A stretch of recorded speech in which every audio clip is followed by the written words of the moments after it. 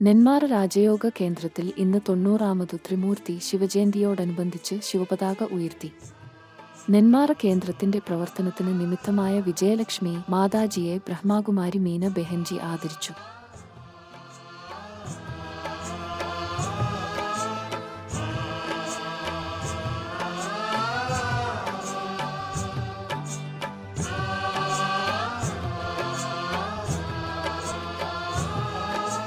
ശിവധ്വജം പാറുമീ ഭൂമിയിൽ പരമാത്മാ സാദരം സ്വാഗതം.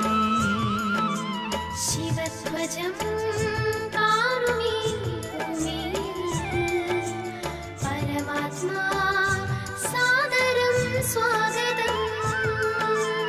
അമ്പരമാകെയൊരുത്സവമായി ഗംഗായമുനകൾ പുളകിതമായി